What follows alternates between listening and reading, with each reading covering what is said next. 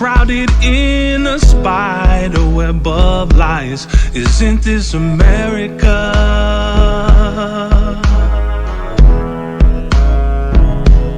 Or is this America all a lie? Of the freedom of speech, somewhere I read.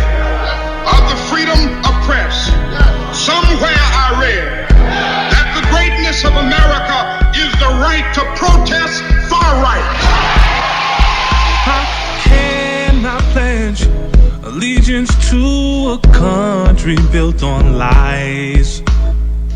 Or raise my children to believe they're equal in its eyes? My leaders are assassinated for speaking their mind.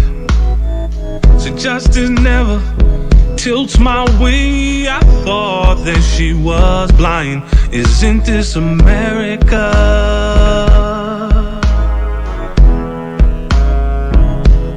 Or is this America all a lie?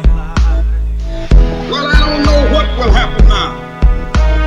We've got some difficult days ahead. But it really doesn't matter with me now, because I've been to the mountaintop. Good day. I am Denise DePina-Reed, co-host of At the Round Table with Mamleo, a Massachusetts Association Minority Law Enforcement Officers Incorporated broadcast. And we greatly appreciate our sponsors, John B. Cruz Construction Company, 1 John Elliott Square, Roxbury, Massachusetts, third-generation family-owned, founded in 1948, to provide superior customer service and a quality product for its clients and tenants. Everyone's going green, and you should too. That's the law offices of Donald E. Green, located in the heart of Roxbury at 2235 Washington Street in Dudley Square, soon to be called Nubian Square, 617-442-0050, and also 500 North Main Street, Unit B, Randolph, Massachusetts, 02386. Last but not least, our newest sponsor, Residential Mortgages Services, will guide you home. 91 Franklin Street, Boston, Massachusetts, 02110. Contact Senior Loan Officer Cora Holbrook at 781-664-6200. That's Cora.Holbrook at rmsmortgage.com. Without their sponsorship, this broadcast would not be possible. Thank you and have a great day. Good morning, good morning. Welcome to Boston Praise Radio and TV. This is T. Michael Thomas. I'm sitting in for the team of the Mamleo family. I know these are big shoes to fill, but I'm going to give it a shot. Well, Pastor,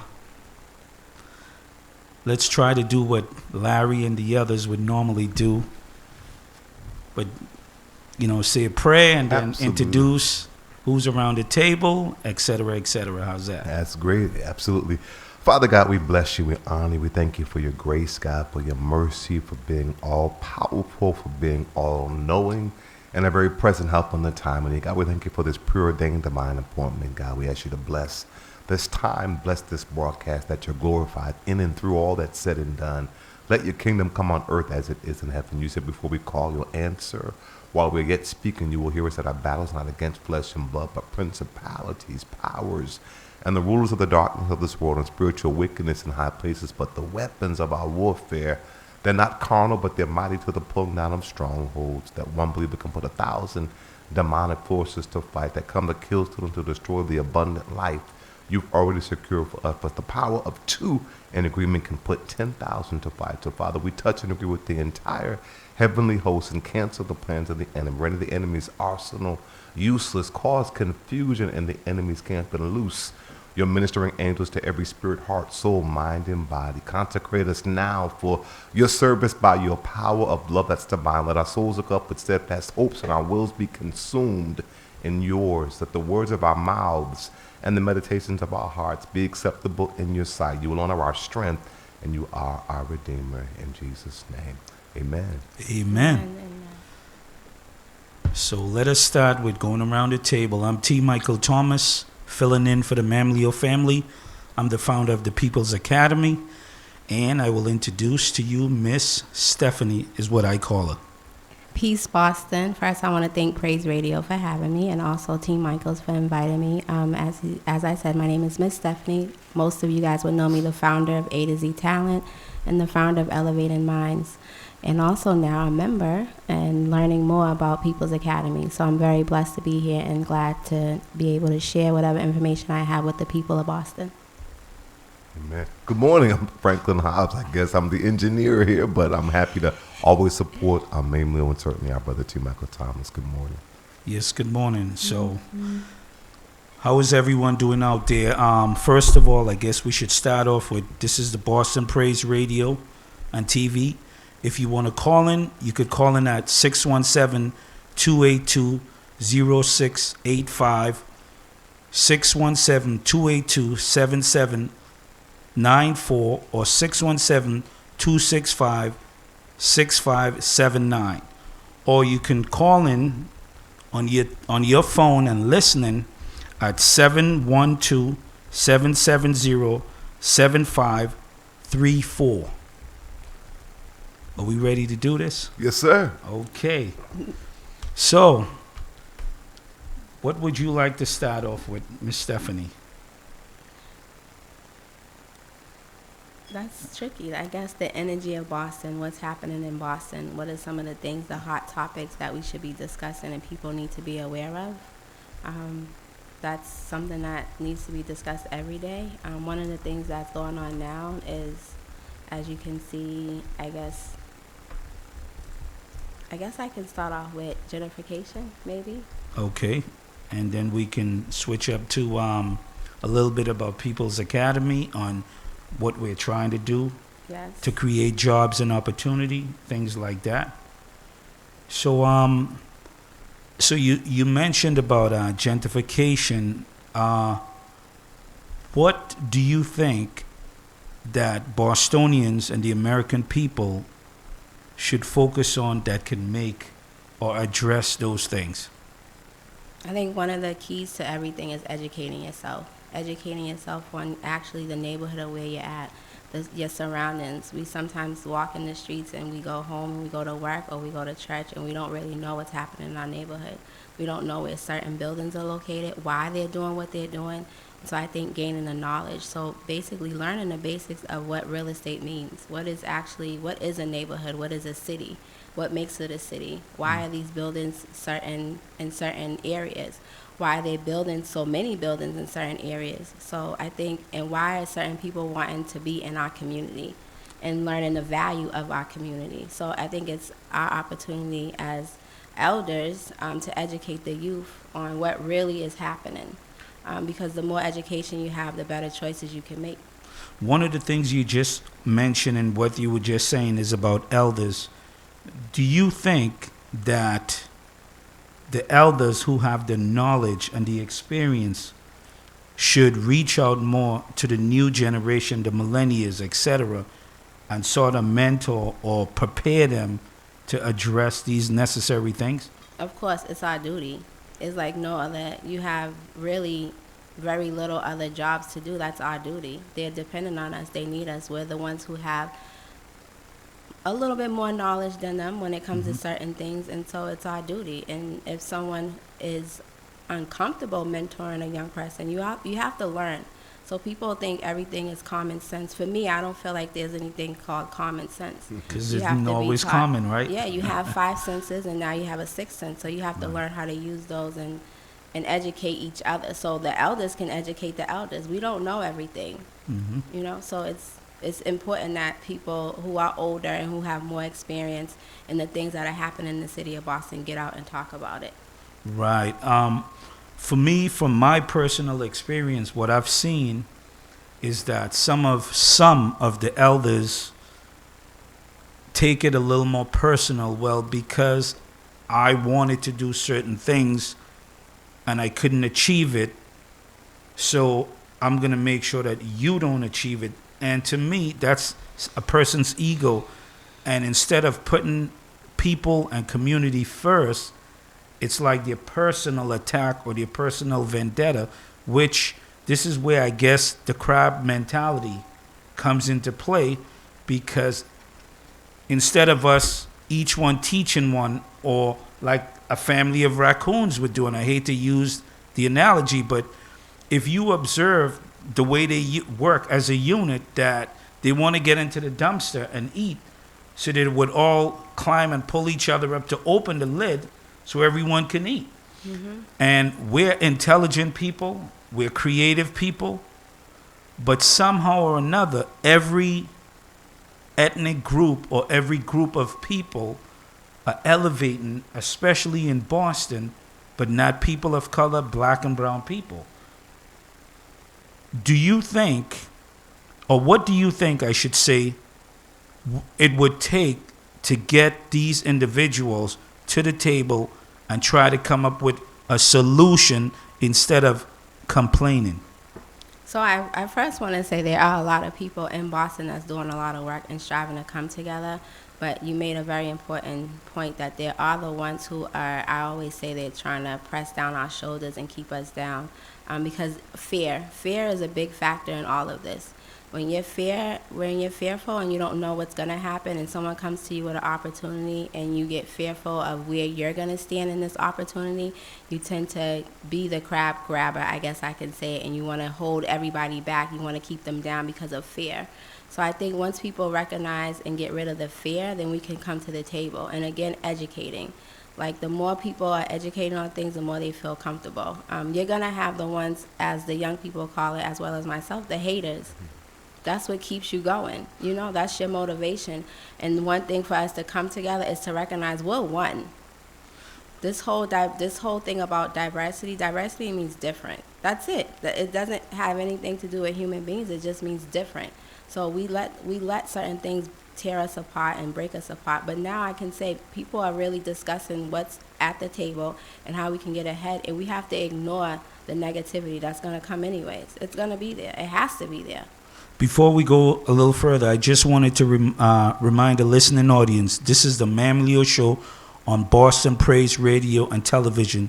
If you want to call in, chime in on our conversation, the number is 617-282-0685, 617-282-0685, or 617-282-7794, 617-282-7794, or you can call in on 617-265-2679. This is the Mam Leo Show on Boston Praise Radio and Television.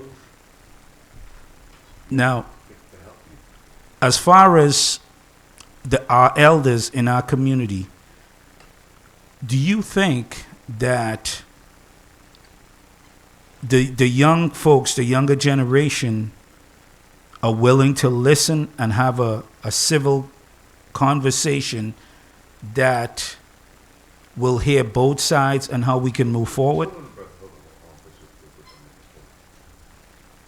I think in order for them to be willing, it has to be a connection. So for the young people that I work with every day, it's like they have to feel like someone's connected to them.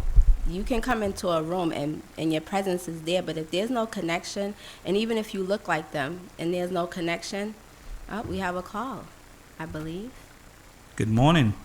Peace. Great Good rising. morning, caller. Morning. Hello? Hello? Yeah, you're on the air, brother. Go right ahead. No, again, last thing that you guys had mentioned is the fact that why aren't we getting along as a race of people? The rest of the world looks at us and says, oh, they're black, and then we look at each other and then we say, ooh, we're black, and that's what it's kind of messed up that separates us, and they can't just unify us. And the idea of like, what's going on? And I also like to, give a shout out to the movie that's out right now, the Harriet movie. Awesome. Okay, I'm sorry. Can you repeat your question, please? Well, it wasn't really more of a question. It was more of a comment, and the comment is the fact that she pointed out the fact that we're not getting along, and I wanted to find out, like, what is that? You know what I mean? Some people, like, it's just crazy that, you know, you can't smile at people or whatever, or just be a friendly person, or people take it as, like, a sign of weakness or what have you.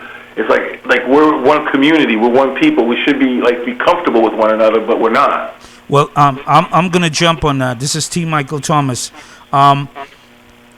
Sometimes you made a valid point. Sometimes we really need to step back and put, you know, pride, ego, testosterone, put all of that aside. And if we can go way back, I remember as a child, you were taught to respect your elders. And it's fine to say good morning or ask a person how their day is going, or just wave or say hello, or some kind of a human acknowledgement. So yes, we need to get back to those old but wise and fruitful ways on how we address each other and how we appreciate each other. Did you wanted to comment on that? Yeah, absolutely. That's a way to get to know your neighborhood. As when Lady Stephanie, I believe, said when she first came on, she said people should know the real estate. They should know their neighborhood. That's what's going on, and they should know what's going on in their neighborhood. And I think that just by knowing your neighbors, you're knowing your neighborhood. That brings us to that point. Can I ask you, brother, real quick, where are you calling from? Is this your first time calling into the broadcast? First time call, but yeah, no, Rose, and I'm calling from Sharon. Beautiful. Okay. Wonderful. So I guess I totally understand so as far as we're talking about community, what community means. So I stated before, like, the whole thing is educating just starts in home, in your house, educating your children how to greet each other, the importance of greeting your mom and dad, your sister, your brother first and foremost. That's first. And as you're doing that, you're learning the value of community, of human beings, each other. So it's necessary for us to continue, no matter who's doing what. I'm always going to greet with peace, because that's what I want to bring. So it's like, the more I do it, the more people are going to catch on to it. But if I say, oh, they're not going to speak, so I'm not going to speak, and then it continues to have a bad effect on everyone. It's like a domino effect. So, So if we're all greeting each other, it'll eventually rub off, and that's what happens. That's how life happens. But we have to look at history, and I don't want to get too deep, but history defines a lot of reasons why we move the way we move today, and the things that have been pushed upon us to separate us, and that's the reality of it. So how do we fight against it? How do we put on our boxing gloves and fight what's been oppressed against us for years, to keep us divided? Well, you know, the funny thing, you just mentioned how we greet each other. I remember as a kid, we used to say, well, hey, brother, what's up, sister? Correct. Now you say, hey, dog, you know what I mean? Yes, Mm-hmm. yes. A sign of respect. You made a very good point there. I think that what we need to do is, like the Bible said, the road to negativity is wider than the road to righteousness. And we need to be bigger. Sometimes we need to step back and put someone before us, because it's not always about us. It's about the preservation of humanity. And I know all of us have a little bit of God in us, and God's greatest creation is humanity. It's the same thing as the killings on the street. Why are we continuing to do the work of the Klansmen to destroy humanity, especially brothers and sisters? We're doing their bidding. It's like, it's self-hate. Why would we continue to do their work for them? That's crazy. It's when you deal with young people, and converse with a lot of men and women who are, in quotation marks, in the streets, and it's about how they're surviving, the survival skills and what they need to survive. Some people do feel it's necessary, not really necessary, but they haven't been taught. We're out here trying to survive. We're striving our hardest to survive and make things work and figure things out. If my sister has it and she's not willing to give it to me, some mentality is why I have to go and take it. Now, if that means taking her life as well with it, this is the mentality. So how do we deal with the mental of our individuals, and making sure that they have food, clothing, and shelter? You need those three things in order to think straight. You need those three things in order to figure out how you're going to survive and how you're going to live. And if I don't have those three things, who's going to help me? So once the resources are not there, now what's my next step? Because it's survival. We're dealing with human nature here. We talked about animals, the raccoons. There's plenty of human nature, like animals, how they survive, how they look out for each other, how they do it. But somebody has to get eaten at the end of the day. Let's be real here. Somebody. Let's jump back into some. I just want to remind folks we're listening to the Boston Praise Radio at the Mamleo Show, 102.9 FM on your radio dial. Pastor Hobbs, you were about to say something. While I appreciate the everything you're saying, my sister, about the hierarchy of needs, and the analogy about animals, I want to make one distinction from my perspective, and that's this. T. Michael said, we as human beings, and again, this is the healing piece that has to happen, because we are more than animals. We are God's prized creation. We have the ability to be able to think and to create, and free will. Correct. Animals act instinctively, and as you said, it's about survival of the fittest. The reality is we as human beings, and particularly as people of God, understand our power as empowering others, right? So it's not about the have and the have-nots, because the truth of the matter is we can all have. Of course. And but we've got to get to a place of, like you said, fear. Fear makes us feel as though I got to fight against white, against black, against rich, against poor, against the hood and the suburb. And that's not the real warfare. The warfare is, as you said, in our own minds, that we got to fight each other rather than our own demons. Yep. So true, definitely. Are you still there, brother, on the line? Yes, I am. But I was going to say the fact of the matter that she brought up, like animal, and then, like she said, at the end of the day, someone's got to get eaten. And the earlier part of the show, the top part of the show, you guys had mentioned, gentrification. And I just think gentrification is another form of colonialism where, again, they're invading and taking over property. And this time it's through economic warfare. It's not with the gun and the sword and the Bible and blankets. This time it's just like, hey, we're just going to raise the prices right here. That's it. And you guys are going to be priced out of the neighborhood. And so how do you fight? So when you know this information, how do we come together and accomplish something? Because for me, I'm in the room and I'm discussing the same issues with the same people, but it's action that needs to take place. So again, we know that this is happening. So what are we going to do? Well, I have a suggestion for that.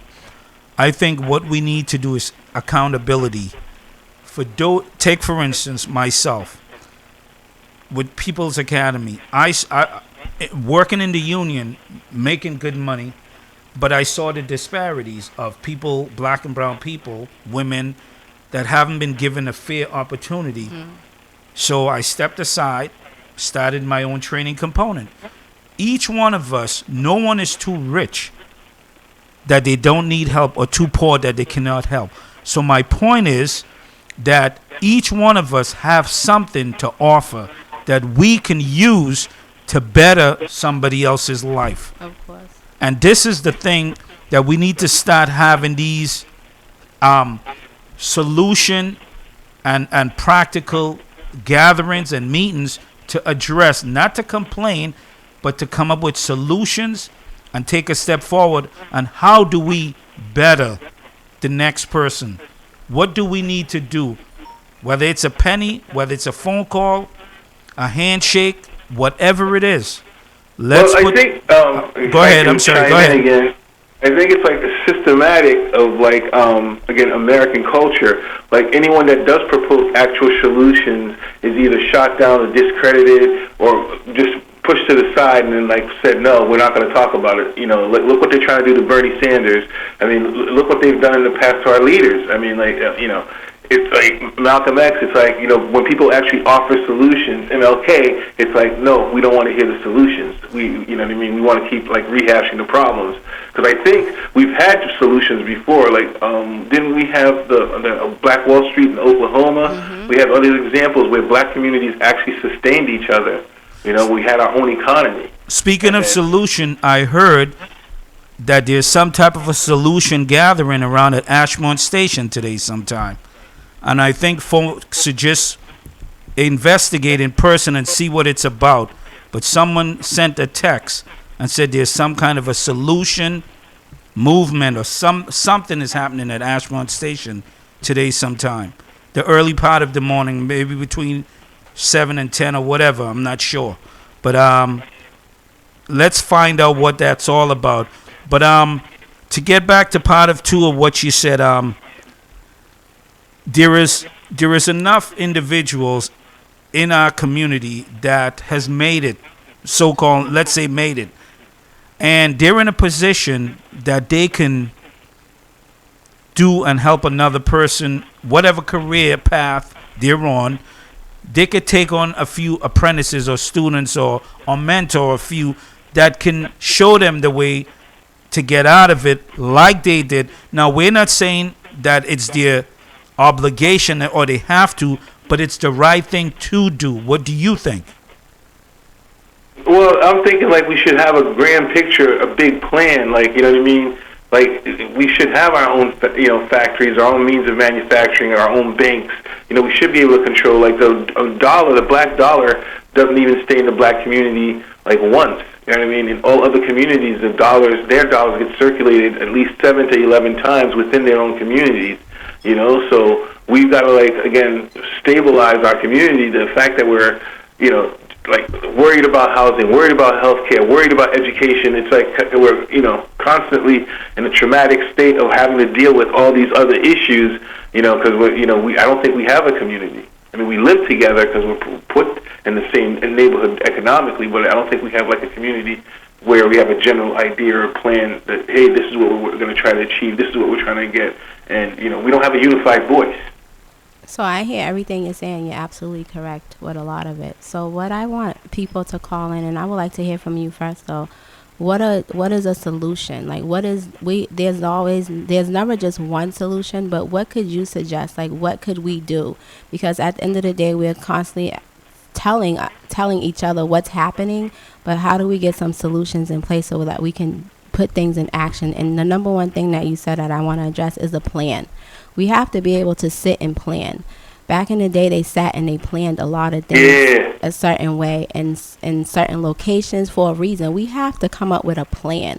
We can no longer just live by, as soon as we get up, we just go out daily day and we don't have a plan. You have to plan out your day. So never mind your day, your life. We have to plan as a community. How are we going to take action? So I would like for you to tell me what's one thing that we can do, or that you can suggest that we can, and if other callers can come in and call in as well and give your suggestions as well. Well, there's like an example that I heard of, and it's happening today again, but it was like credit unions. The Southern churches, when they would not give out loans to people because they were people of color, the churches got together and made a credit union, and they made their own banking systems, and people, like, paid back the loans. They knew who their people were. They were their community members already, and then so that way it's like, you know what I mean? It's like, instead of like people always going to the bank and the bank saying no, you're going to give you the loan for the house, you go to your church and like look into ways and articles of like making a church become a credit union. You guys are already there as a church, and you guys can gather together as a group and put your economic power together already. You guys tied together. Why don't you guys invest together? And that sounds that's a great idea. Now I wonder what will be some of the steps to make that happen. So if there's someone out there that actually knows if that's even possible, because I'm not too. And I can tell you that there's some people. Start everything. Just Google. Start Google research, and then you start going from there. And well, I'm sorry. I have some solution, because in Boston there are black millionaires. Of course, yeah. A whole lot of them, and it's the thing about it is, I'm gonna be real. I'm always real. This is T. Michael. The bougieism need to go out the window. Yes, you made it in spite of. And these are the more so reasons why they can come together, pool their money together, and help the less fortunate. And that's what TPA is about. You mentioned manufacturing. People's Academy has a training and manufacturing component. But there are individuals that have made it. They're sitting in a pretty penny, a comfortable cushion, but somehow they're figuring, well, that's not my problem. It's not about your problem. It's about doing the right thing and helping the less fortunate. Because the less fortunate was the ones, some of them, with their little pennies, help you to get $1 by spending their resources onto your business or contributing towards your business. So we always have to ask ourselves, how much is too much? You know, what can we do to make a difference in a person's life?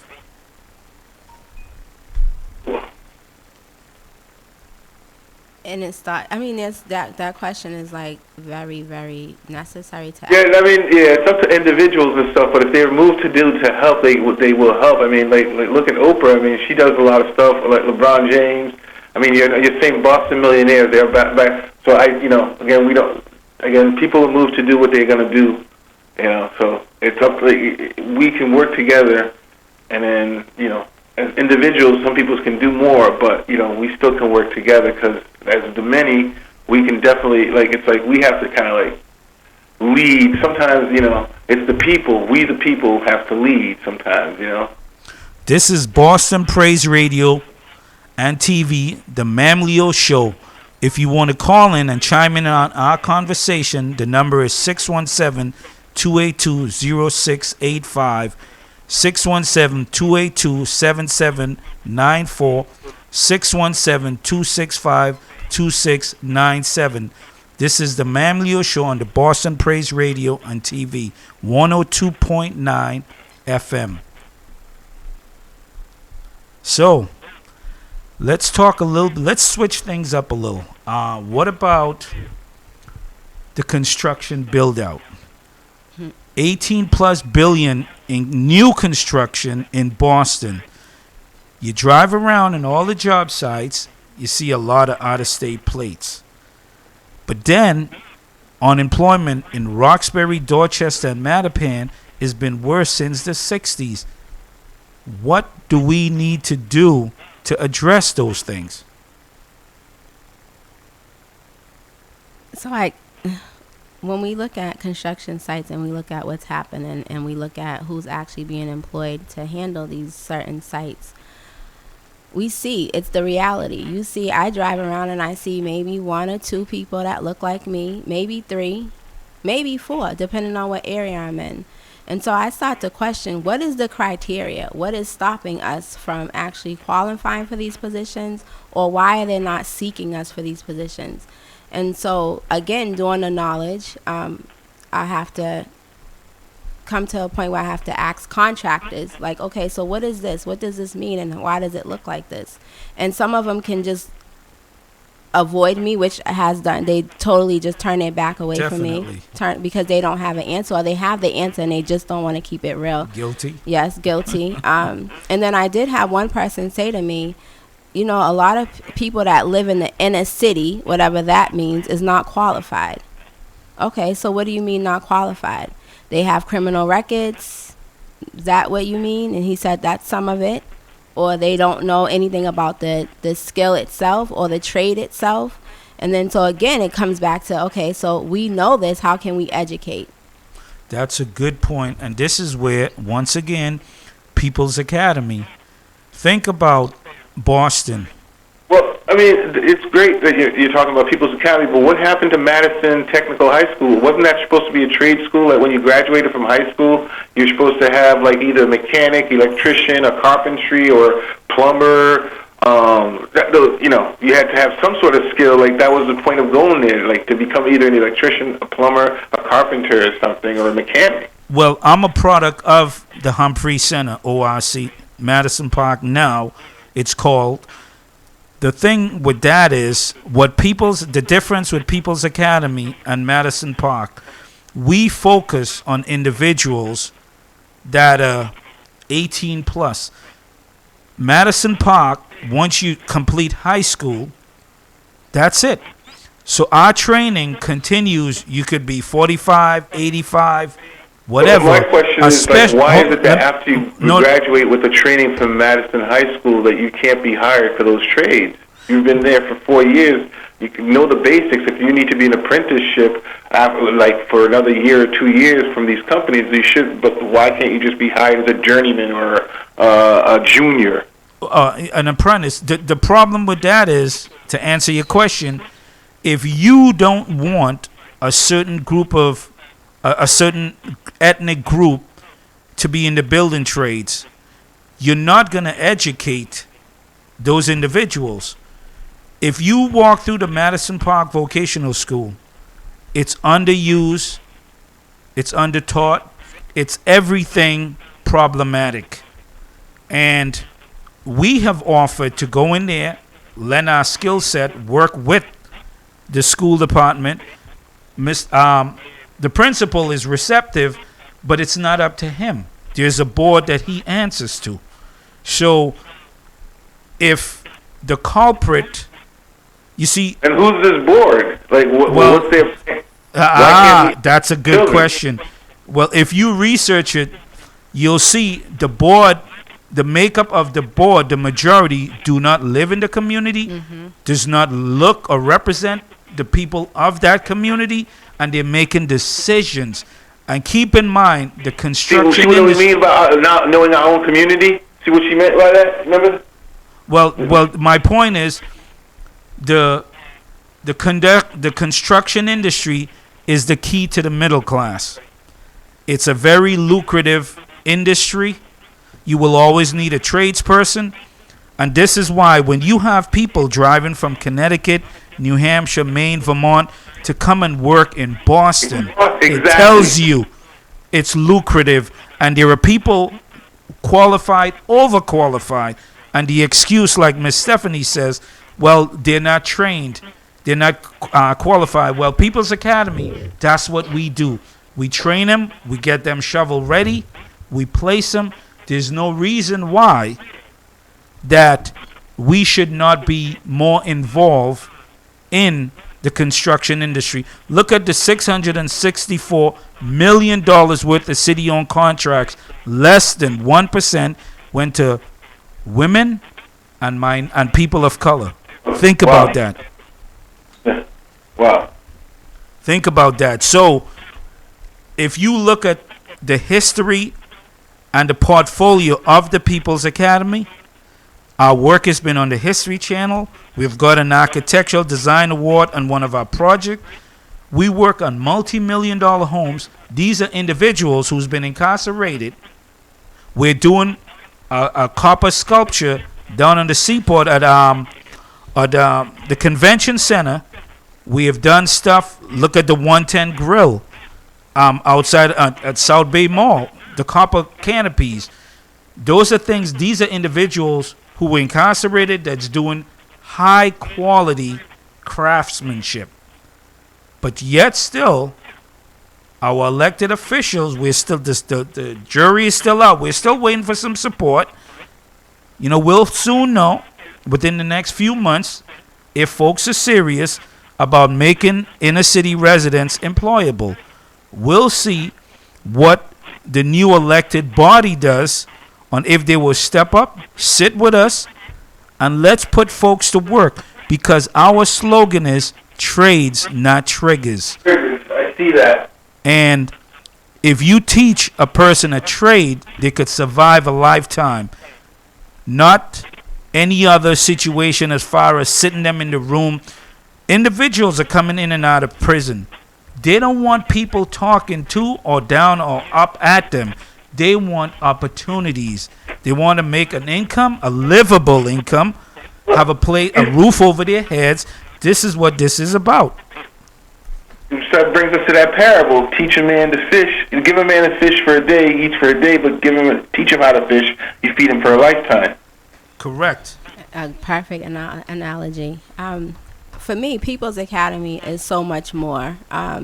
I know T. Michael speaks so much about job opportunities, but it's actually going to give a residential program for people who are in positions that don't have residency, that are coming home or even already home and looking for a residence program. So it's going to offer a lot more, and that's what I like about People's Academy. So it's going to address the residency of, I guess you can consider people who have been incarcerated who are coming home and don't have anywhere to live, as well as a place for them to learn a trade, as well as providing the other services that people in situations that are coming home from that they need. They need a lot of resources. It's just not about the job. It's just about making sure their mentor is there and making sure that they have a place where they can receive the services that they need to handle everything that life is going to bring to them. So that's why I support People's Academy and a big supporter of it, because I know it's going to change. Not only is it going to provide jobs, but it's going to change lives. And so we need to make the community aware of this powerful program and movement, because it's a movement. We want to take care of home first, but home has to take care of us. We're looking for the city of Boston to support as much as possible. So again, this is a solution. So we talked about what's the solution. This is part of the solution, one of the solutions. So how can we get the community aware and to come out and support as much as possible?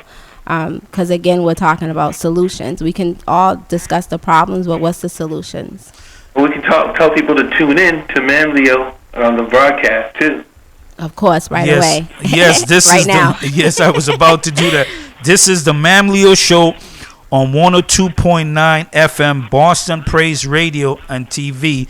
You can also call in, join the round table at 617-282-0685, 617-282-7794, or 617-265-2697. I'm sorry, 79. My apologies. This is the Manlio Show on Boston Praise Radio and TV.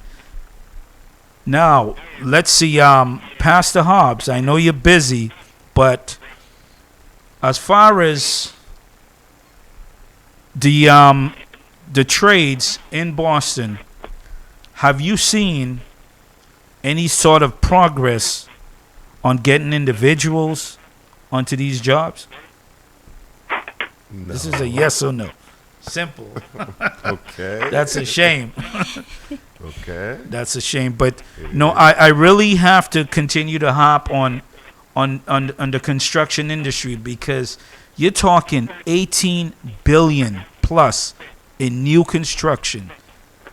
But then when you walk around in every job site, and the thing is too that eats at me, you look at some of the workers and they look at you in an arrogant way, that why you even around this site?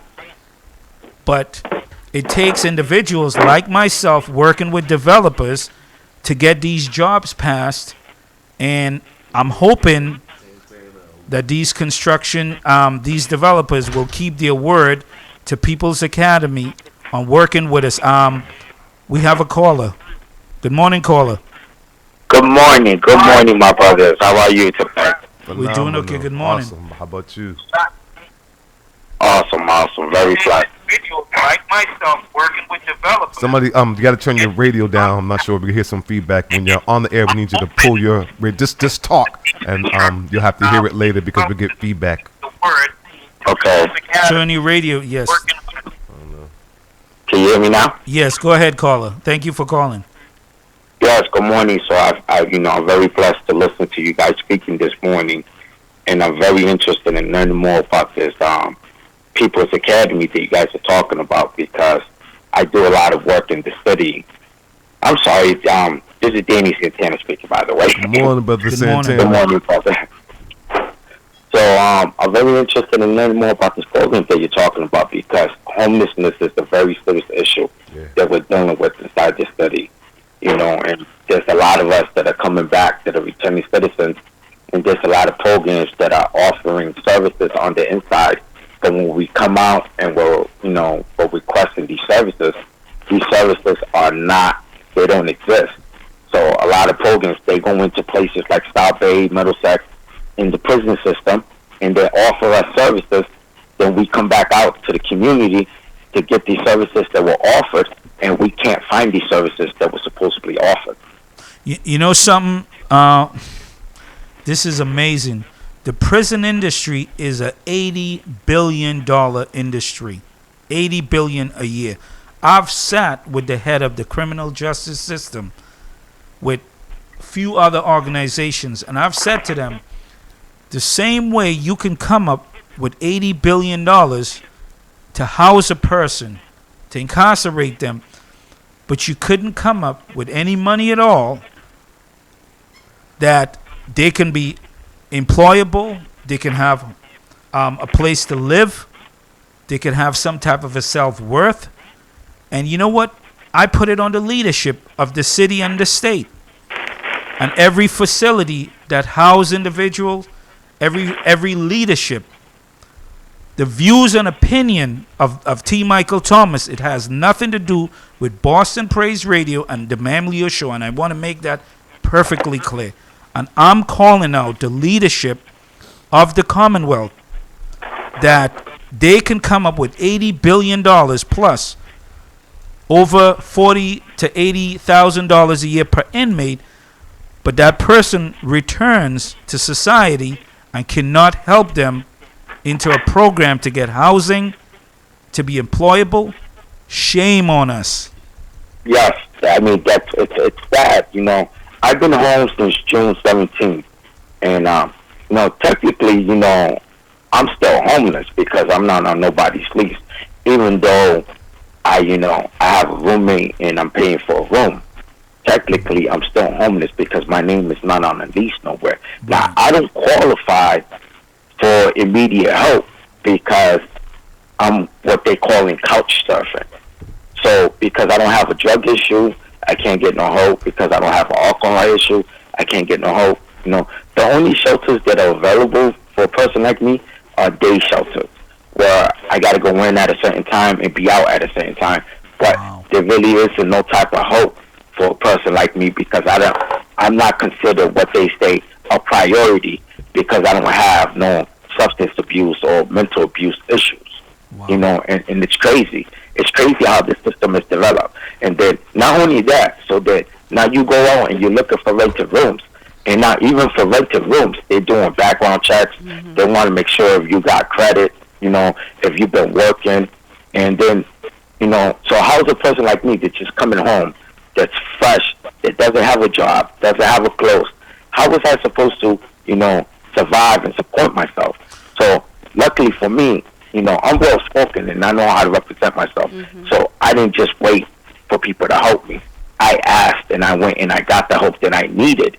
And I did all the footwork for myself, but it's because I knew where to go to ask for help.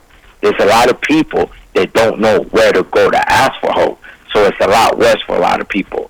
Unlike me, you know, I'm not just going to wait for an opportunity. I'm going to create the opportunities that I've created for me in life. Congratulations. Congratulations and welcome home. That's my first and foremost. Welcome home and congratulations again. It's a time for you to celebrate, but like you said, you're a go-getter, so you're looking for the resources and you're not just waiting. So a lot of our people don't know how to advocate for themselves, especially our men and women who have been incarcerated. They come out with limited skills. We all know it's a setup. Like we said, I'm going to keep it real. It's a setup. So it's our duty to make sure that our community members, it's our duty to make sure that you have what you need. Can you turn up the sister's mic, please? Oh, mic. Okay. We can hear her fine, but yeah. So it's our duty. It's our community. It's the community's duty to make sure you have what you need so that you can add on to the community. That's your purpose. You have a purpose. I don't know what your situation is or why, and it doesn't even matter to me, but you have a purpose. And it's our duty to make sure we provide the resources. So it's the community's duty. It's not just one individual person. You should not have a housing issue. There's many reasons why you have housing issues, because they put so many standards on housing. As far as you're not living with someone that's receiving subsidized housing, it limits you and it limits who you can live with. So it's a major setup. So again, it's like solutions. What can we do as a community to make sure that and this is... Not only that, it's that if you're coming home, right, and you're on probation or parole, you automatically don't qualify for any type of services just because you're on probation or parole. And and that's like really ridiculous because they want us to come back into society. They want us to do things right, but then they create barriers that are highly impossible to overcome to do things right. You know, I'm very fortunate because I created what's called ITY, Inspiring Today's Youth. So my main objective with ITY is to take guys like me that are coming home from prison systems to train them to become recovery coaches, to train them to become gang coaches, to teach gang activity and domestic violence to young adults and young teens. Because right now, gang activity and domestic violence is on the rise between the young people, and there's no services. There's no recognition. When we talk about domestic violence, the only people that advocate against domestic violence are females. You only really hear females advocating against that. And I want to start a campaign where you're going to hear a lot of males start advocating against domestic violence and gang violence. Because it starts with us, you know, and it has to come from us that are coming from these neighborhoods that are affected with these things. Yeah, and I think some people are expecting the system to save us. The system is not meant to save us. We're just going to keep it real. It's not meant to save us. So when we talk about why is the system doing this, we know why. Like, let's not be... It's lucrative. Yeah, let's not be silly. Let's not be unmindful of what's really happening. The system is not for us. That's the bottom line. So what happens with that? The community have to come together to bring more solutions to assist everyone within the community. And when you're coming home, you need a lot of resources. And I agree with you. Working with a lot of men who have been incarcerated, having family members, I know the struggle. The struggle is too real for me, actually, personally. And so, like you said, I congratulate you again for starting a program that sounds very powerful. And I would like to learn more information so that I can share it with some brothers and sisters that I work with that you could be a resource to. So definitely, if you could leave your information, somebody here at the table may already have your information. I can get it from them. But I would definitely like. Feel free to look up my motivational page on Facebook under Danny Santana. You'll be able to find out all the information. I try to keep it updated with everything that I'm involved, everything that I'm doing. You'll be able to take a look at my logo and learn a lot about me. Callers, please stay on the line, because we're coming up to the hour to do the station ID. Don't hang up. Just be a little patient with us. All right. Don't hang up. But with that said, we have literally 5 minutes left. So we have another caller who just called who wants to weigh in before we go to our station ID with just those few minutes. We certainly, if you don't get to finish it, but you do have about 5 more minutes. So okay. Folks, callers who are on the phone who just called, please go right ahead. Oh, peace. Good morning. This is Jamal Crawford. Good morning, Jamal. Brother Crawford. Good morning. All right, good morning. I really wanted to call in response to what the brother was just saying about domestic violence.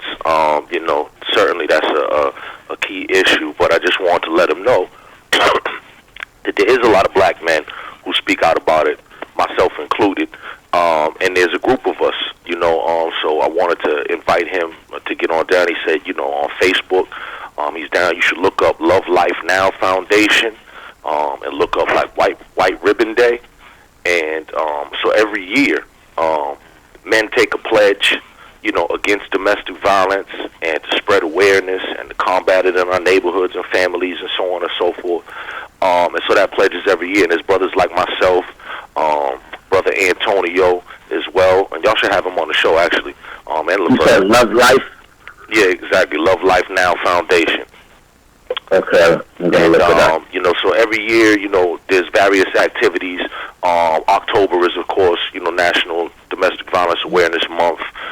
February is White Ribbon Day, and that started from some crazy, tragic event in Canada where this dude killed his woman in a crazy fit and whatnot, and it became, kind of international phenomenon and whatnot. So I just wanted to say there's a lot of people out there, and I know what you mean, though, because sometimes it doesn't feel like a lot of men are speaking up, and only women are carrying this, and often, too, in our community, it often seems like it's white nonprofits and white women, at the forefront of whatnot. So a lot of times the black domestic violence, gets left out. Our women are marginalized because, of course, we on the 30-year anniversary of Charles Stewart, and folks is talking about the tragedy that happened to his wife, a domestic violence case, right? Victim of domestic violence. But yet, how many black women and Latino women have we lost that don't get, that same type of thing? So we're marginalized all over the place. There's always more work to do. But yeah, you sound like a very, intense brother, and you want to do the right thing and whatnot. It sounds like you already on the path, and so I want to build with you and link up. Definitely, my brother, and I really appreciate you calling in. Like I was saying, please take a look at my motivational page, under Danny Santana. Feel free to contact me. And I'm definitely going to look up this lovelifenow.com. And because, this is what I'm about. I'm very, very passionate about advocating against gang violence and domestic violence.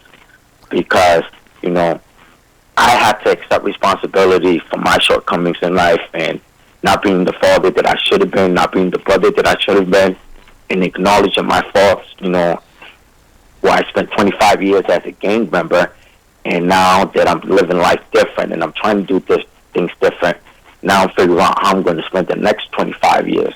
Brother Santana, that's what I want to do. Brother Santana and Brother Jamal, unfortunately, we are at the top of the hour. So you guys, if you want to hang on the line, and we can continue the conversation off air as well. I'm about to be out, but I just added you on Facebook, so we'll be in contact. Okay. Thank you. All right, peace, y'all. Have a good morning. All right. And we do have to go to our station now. We'll be back on the other side of the top of the hour. You're tuned into the Manlio broadcast. Please do stay tuned. We're right back.